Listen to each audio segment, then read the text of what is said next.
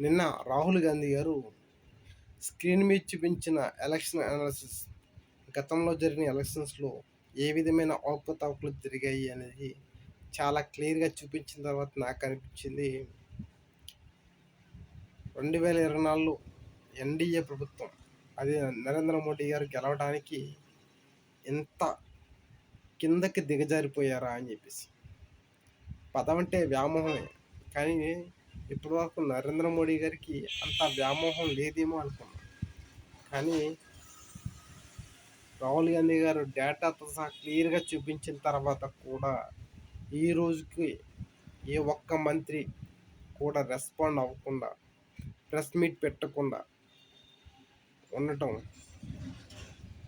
వాళ్ళే ఒప్పుకున్నట్టు, తప్పు చేసినట్టు. సో రాబోయే రోజుల్లో ప్రజలు ఏ విధమైన నిర్ణయం తీసుకుంటారు?